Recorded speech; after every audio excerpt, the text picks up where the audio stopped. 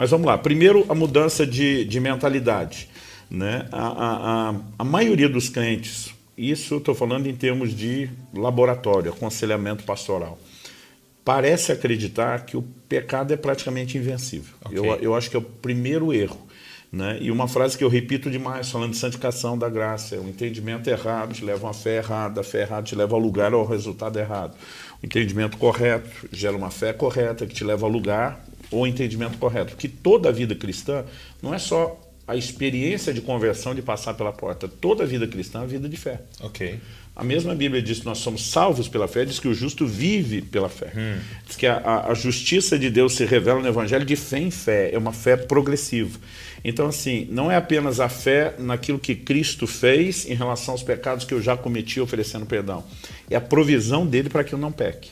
Então, eu acho que parte do problema é não entender aquilo que nos foi disponibilizado. E segundo, entender a aplicação do processo. Então, assim, um novo convertido, ele vai experimentar uma transformação progressiva ao longo do tempo. Tá. Né? A transformação não é instantânea e completa.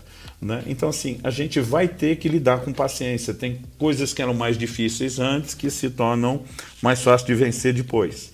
Mas eu acho que você está mexendo muito mais naquele negócio que depois de muito tempo parece que está sobrevivendo. A gente, falando na linguagem do Velho Testamento, chamaria os jebuseus, né, que habitavam no coração de Jerusalém.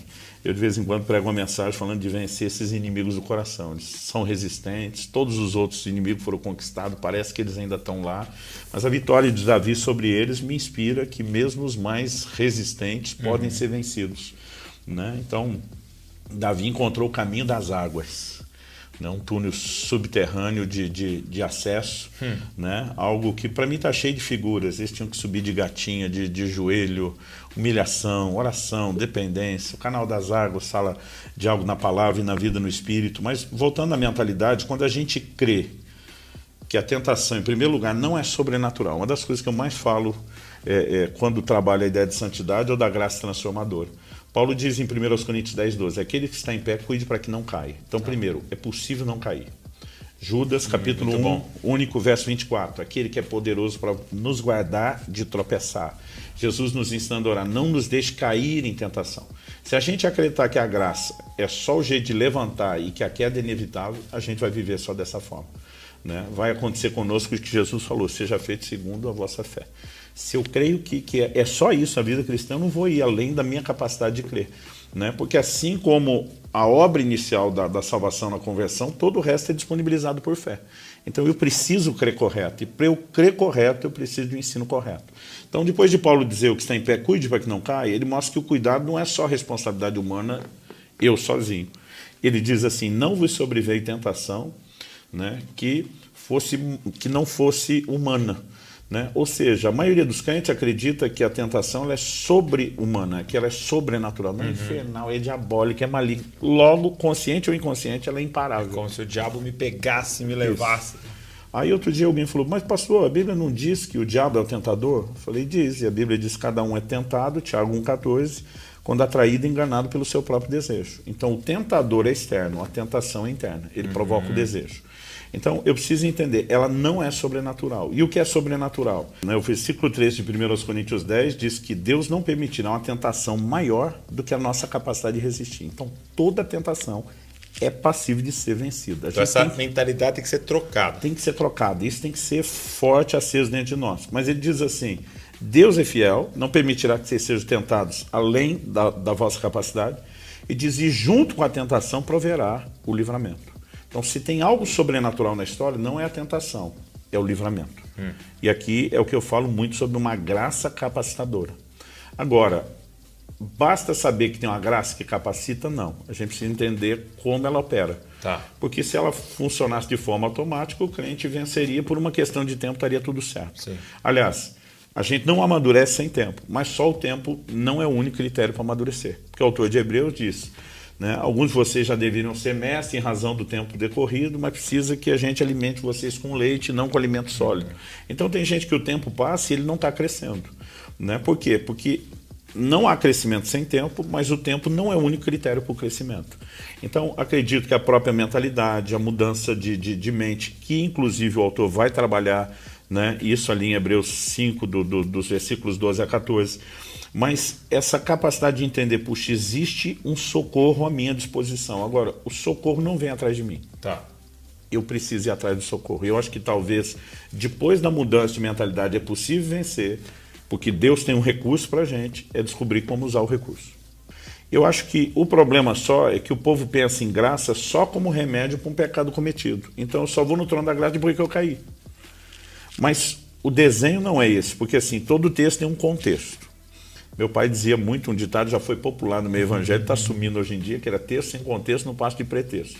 Quando você pega esse Hebreus 4, 16, aliás, o texto já começa antes, no próprio capítulo 4, se você me permitir, eu queria que a gente voltasse um pouquinho aqui para perceber qual é a ideia que está sendo construída. Por exemplo, no verso 11 de Hebreus 4, a Bíblia diz: esforcemo-nos por entrar naquele descanso, a fim de que ninguém caia, seguindo aquele exemplo de desobediência. Está falando dos israelitas. Então ele fala de esforço. Dallas Willard dizia: graça não é ausência de esforço, é ausência de mérito. Né? Mas a gente precisa se esforçar até no sentido de interagir com a graça. Ele diz, a fim de que ninguém caia. Ou seja, a queda, ela não precisa ser vista como é inevitável. Não, ela é passível de ser evitada.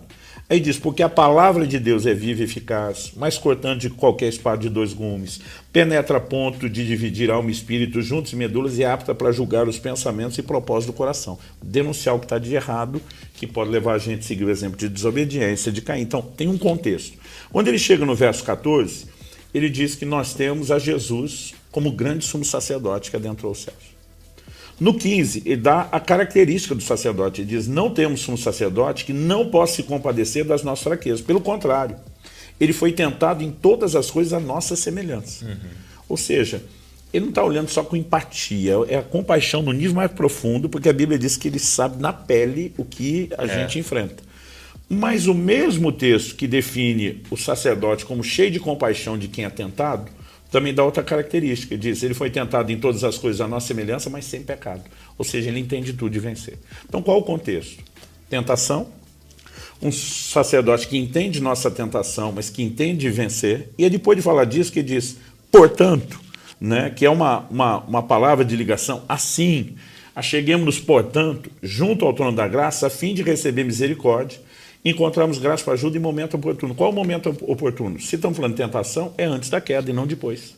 Não quer dizer que não tem a graça para depois. Sim. Todos nós que já caímos fomos buscar a graça para levantar. Só estamos aqui porque tem a graça. Exatamente. Mas a questão é entender que a gente não precisa só levantar depois da queda. A gente pode não cair, porque tem uma graça para não cair. Agora, o texto não fala do trono correndo atrás da gente. Diz que a gente tem que ir atrás do trono. Acheguemos-nos. Então, tanto existe um movimento, como tem que existir confiança e fé. Então, eu acho que isso nos remete a um outro ponto, que é entender a interação com a graça. Porque se a graça tem solução, mas não está trazendo solução na minha vida, eu vou achar que o problema está na graça. Que é a mentalidade de muitos quando acham que a graça é uma obra unilateral. Então, se a graça capacita a obediência, eu não estou obedecendo, a culpa não é minha, é da graça. A menos que eu entenda que eu tenho que interagir com a graça. Assim como para entrar na obra inicial da graça, que é a salvação, eu preciso crer, para que a graça continue agindo, eu preciso continuar crendo. Então, Romanos 1,17 diz que a justiça de Deus se revela no Evangelho de fé em fé. É fé hoje, é mais fé amanhã, cada vez. E outra, não podemos cair na fé, não podemos perder a fé, não podemos naufragar na fé. A Bíblia está cheia de advertências sobre isso. Então, é uma fé específica não só para essa solução que Deus tem para esse problema, mas acredito que é uma fé que se fortalece por meio do próprio entendimento da palavra, que a fé vem por ouvir a palavra, pelas experiências que passamos com né, o desenrolar do tempo. Então, quando a gente vai ao trono, porque não é o trono que vem atrás da gente, a gente pode encontrar socorro. Então, acredito que nós precisamos, de fato, de uma mentalidade mudada. Nós precisamos entender daí que tem recurso, como o recurso opera, e entender o que Wesley chamava de meios da graça. E aí nós vamos ter que voltar para as velhas disciplinas espirituais que os santos diferenciados de todas as épocas tinham e que hoje em dia está sendo atacado. Porque assim, hoje em dia, se você ora, se você lê a Bíblia, se você jejua, tem tempo com Deus, você virou religioso e legalista. Né? Você não entendeu a graça, porque a graça não é você fazendo nada. Né? Então, me assusta o ponto onde estamos, para onde estamos caminhando, porque a nossa dedicação tem a ver com mérito. Outro dia um cara falou para mim, eu não entendo sua dedicação, parece que você quer merecer algo. Eu falei, você está maluco? Eu falei, graça é favor e merecido.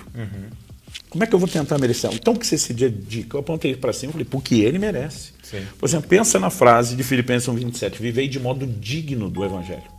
Não quer dizer que eu sou digno de ser salvo, mas que depois de ser salvo, eu tenho que dignificar o Evangelho que eu recebi através de uma resposta devida. Só que hoje, em nome da graça de não é mérito, nós estamos roubando a dignidade do Evangelho com algo que não atrai mais ninguém. Né? Porque a gente só é igual a qualquer outro pecador, com a diferença que nós tivemos o privilégio de ser salvo. Então, a aparência de piedade negando o poder. É possível viver transformação. Agora, você que está me ouvindo, entenda que isso é uma orientação para te ajudar daqui para frente. Sim. E não uma condenação porque não aconteceu até hoje. Né? Então, poxa, eu não entendi a graça. Procure entender, sim, procure usá-la. Né? Não deixe que essa conversa te desanime. Pelo contrário, que ela te encoraje.